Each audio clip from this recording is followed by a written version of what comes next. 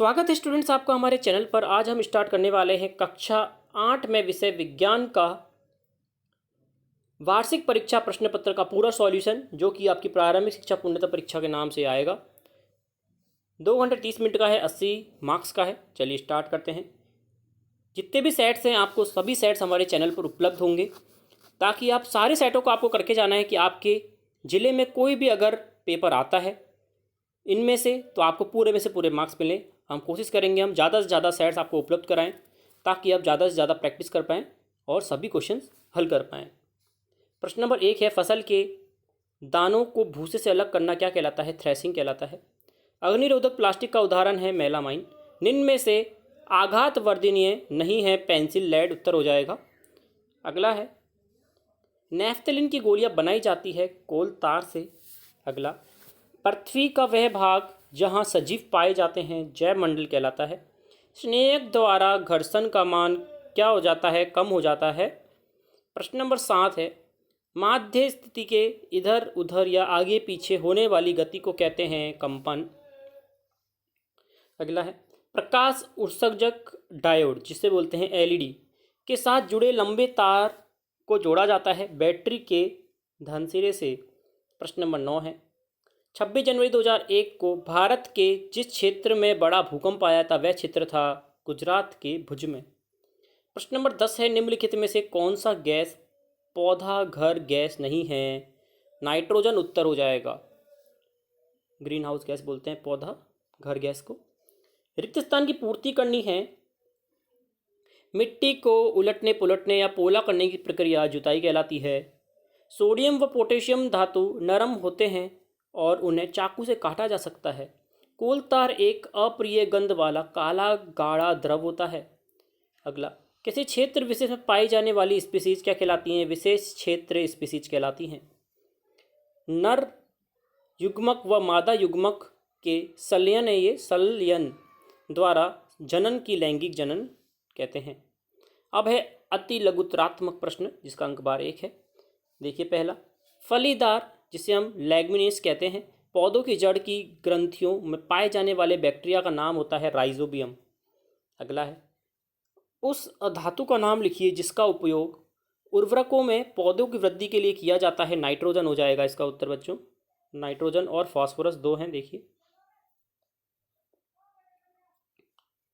अगला है तीसरा, अधिक व्यावसायिक महत्व के कारण पेट्रोलियम किस नाम से जाना जाता है? काला सोना के नाम से। अगला है, लैंगिक जनन से क्या आशय है? इसमें नर व मादा युग्मक का संलयन होता है। अगला, 2 ऐसे जंतुओं के नाम लिखिए जिनमें अलैंगिक जनन मुकुलन द्वारा होता है। हाइड्रा और ईस्ट। अब खंड ब है, जिसमें हमें लघुतरात्मक प्रश्नों के उत्तर देने हैं। देखिए, कॉलम ए को कॉलम बी से मिलाना है। नाइट्रोजन स्थिरीकरण राइजोबियम। ईस्ट का उपयोग ब्रेड निर्माण में। मादा एनीफिलीज मलेरिया।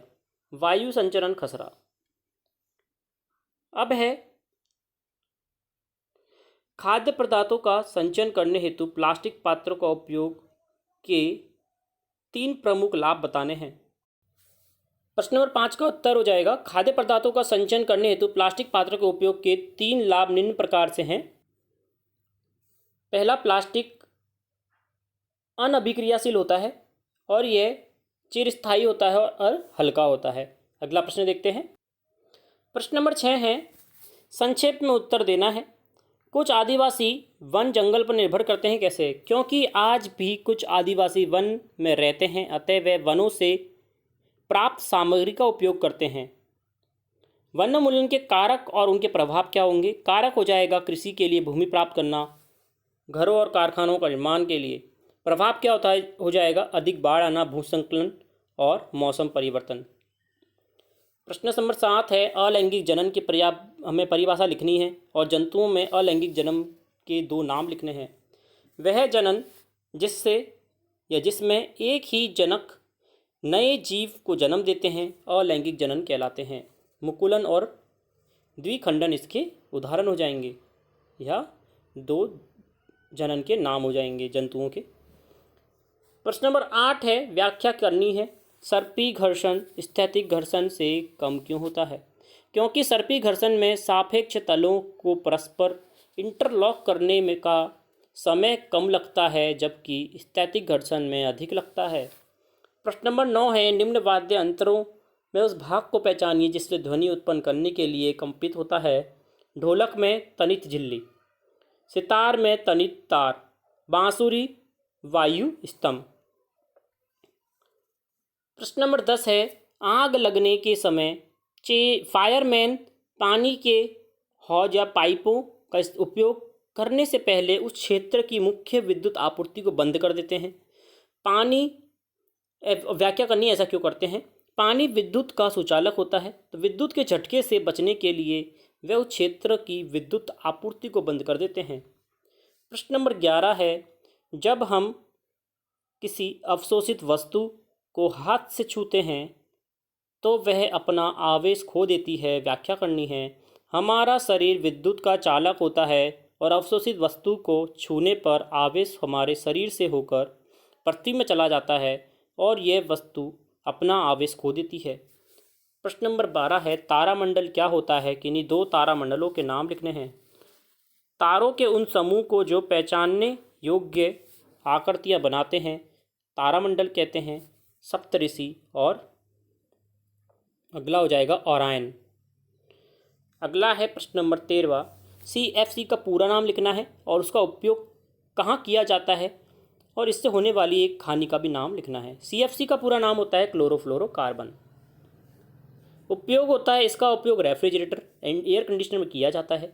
हानि क्या होती है? इससे ओजोन का परत का ह्रास होता है या फिर वह उसका विनाश करती है।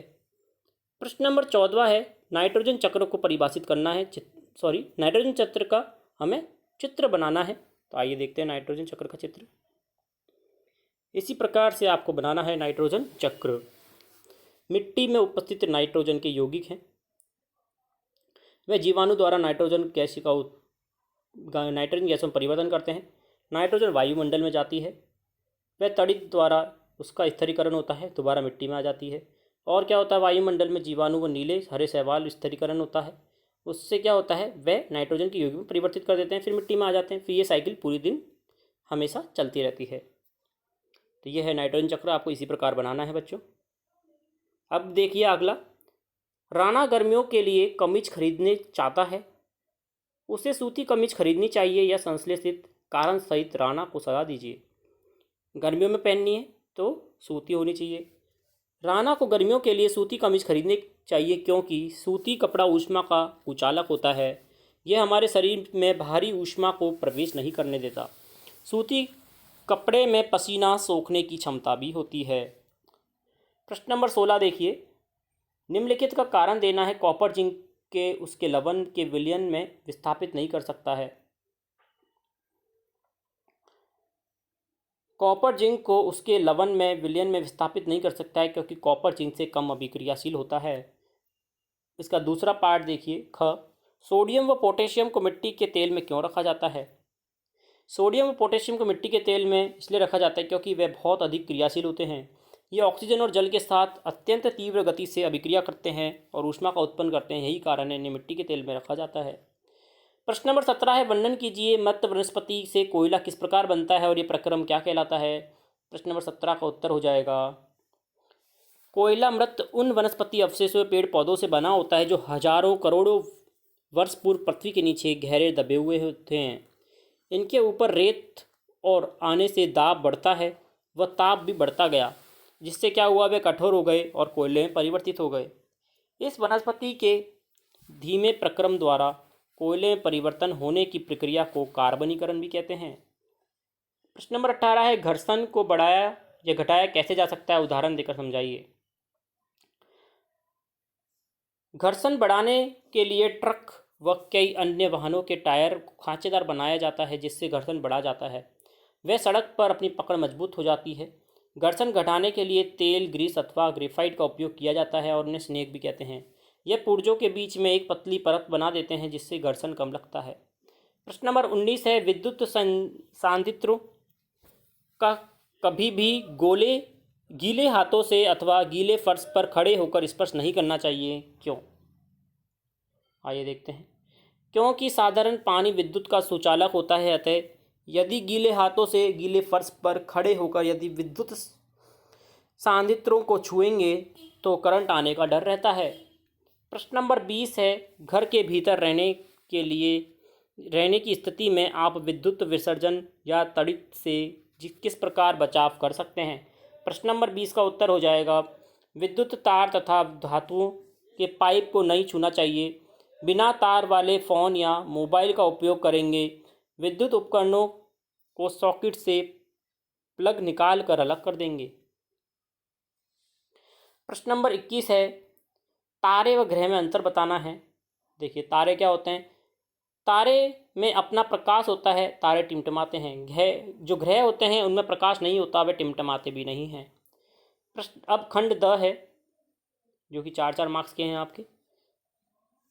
इसमें हम करेंगे 22 में खाद व उर्वरक में अंतर। आइए देखते हैं उत्तर। उर्वरक व खाद, बीच में एक लाइन खींच देंगे अलग करने के लिए। उर्वरक एक मानव निर्मित लवण है। खाद एक प्राकृतिक पदार्थ है जो गोबर व पौधों के अवशेषों से विघटित होकर प्राप्त होती है। उर्वरक का उत्पादन फैक्ट्री में किया जाता है, खाद खेतों में बनाई जाती है। उर्वरक से मिट्टी का ह्यूमस प्राप्त नहीं होता, खाद से मिट्टी को ह्यूमस प्रचुर मात्रा में प्राप्त होता है। उर्वरक में पादप पोषक जैसे नाइट्रोजन, फास्फोरस, पोटेशियम की प्रचुर मात्रा होती है। खाद में पोषक तुलनात्मक रूप से कम होते हैं। प्रश्न नंबर 23 है, वन्यमूलन से वर्षा दर किस प्रकार कम हुई है समझाइए, या फिर वन्य जीवन का संरक्षण की आवश्यकता क्यों हुई। इसमें आपको लिखना है प्रश्न नंबर 23 में, वन्यमूलन से वर्षा दर इसलिए कम होती है क्योंकि पेड़ों की कटाई प्रचुर मात्रा में होती है, जिससे कि वहाँ के क्षेत्र में आर्द्रता कम हो जाती है और बादल जो ऊपर आते हैं वह वहाँ बिना पानी बरसाए आगे बढ़ जाते हैं और वहाँ पर वर्षा दर कम हो जाती है। जैसे कि रेगिस्तान में होता है, वहाँ पर क्या है, वहाँ पर पेड़ पौधों की कमी है रेगिस्तान होने के कारण, इसलिए वहाँ पर वर्षा भी कम होती है। प्रश्न नंबर 24 देखिए, मानव वाक्यांतर कंठ का चित्र बनाकर उसके कार्यों को अपने शब्दों में लिखना है। आइए देखते हैं। यहाँ से लिखना है आपको, यह श्वास नली के ऊपरी सिरे पर होती है। वाक्यांत्र या कंठ के आर पार दो वाक तंतु इस प्रकार तन्नित होते हैं कि उनके बीच में वायु के निकलने के लिए एक संकीर्ण झिरी बनी होती है। ये हमें चित्र बनाना है मानव के वाक्यांत्र का। एक तो ये बनेगा और एक ये बनेगा। जब फेफड़ों को वायु बलपूर्वक झिरी से बाहर निकालते हैं तो वाक तंतु कंपित होते हैं, जिससे ध्वनि उत्पन्न होती है और वाक तंतुओं से जुड़ी मांसपेशियां तंतु को तना हुआ या ढीला कर सकती है। जब वाक तंतु तने हुए पतले होते हैं तो वाक ध्वनि का प्रकार या फिर उसकी गुणवत्ता उस वाक से भिन्न होती है जब वाक तंतु ढीले या मोटे होते हैं। आइए देखें कि वाक तंतु किस प्रकार कार्य करते हैं। वो आपको चित्र बनाना है उसके बाद में। प्रश्न नंबर 25 है, पौधा घर प्रभाव को अपने शब्दों में वर्णन करना है। पौधा घर प्रभाव क्या होता है। ग्रीन हाउस गैसेस होती हैं। आइए देखते हैं पौधा घर प्रभाव। सूर्य की किरणें वायुमंडल से गुजरने के पश्चात पृथ्वी की सतह को गर्म करती है और पृथ्वी पर पड़ने वाली सूर्य की विकिरणों का कुछ भाग पृथ्वी पर अवशोषित हो जाता है, कुछ भाग परिवर्तित होकर वापस अंतरिक्ष में लौट जाता है। परिवर्तित विकिरणों का कुछ भाग वायुमंडल में रुक जाता है। यह रुका हुआ विकिरण पृथ्वी को और गर्म करता है। यदि अपने किसी पौधशाला, नर्सरी अथवा अन्य किसी स्थान पर पौधा घर देखा हो तो याद कीजिए सूर्य की ऊष्मा पौधा घर को प्रवेश कर पाती है पर इससे बाहर नहीं निकल पाती है, यहीं रुकती है और ऊष्मा पौधा घर को गर्म करती है। पृथ्वी के वायुमंडल द्वारा रोके गए विकिरण यही कार्य करते हैं। यही कारण है उसे हम पौधा घर प्रभाव भी कहते हैं। इस प्रक्रम में बिना पृथ्वी पर जीवन संभव नहीं है। अब यह प्रक्रम जीवन के लिए खतरा भी बन गया है। इस प्रभाव के लिए हवा में CO2 की मात्रा या अधिक हो गई या फिर ये उत्तरदायी है। मीथेन, नाइट्रस ऑक्साइड, जल वाष्प जैसी अन्य गैसें भी इस प्रभाव के लिए योगदान है। CO2 जिसे कार्बन डाइऑक्साइड बोलते हैं की भांति इन्हें भी पौधा घर गैसें भी कहते हैं। तो पौधा घर गैसें कौन कौन सी हो गई, मीथेन, नाइट्रस ऑक्साइड और जल वाष्प और CO2। तो ये था स्टूडेंट्स हमारा पूरा प्रश्न पत्र कक्षा 8 विज्ञान का लेटेस्ट जो सेट आया है। इसके साथ अन्य सेट्स भी हैं, वे हमारे चैनल पर जल्दी उपलब्ध होंगे। आपको सारे सेट सॉल्व करने हैं और पहले भी हमने विज्ञान के 2 पेपर डाले हैं, तो आपको वह भी सॉल्व करने हैं ताकि आपके ज़िले में कोई भी पेपर आए तो आप पूरा सॉल्व कर पाएँ और आप पूरे में से पूरे नंबर पाएँ। तो जुड़ रहिए चैनल से। धन्यवाद।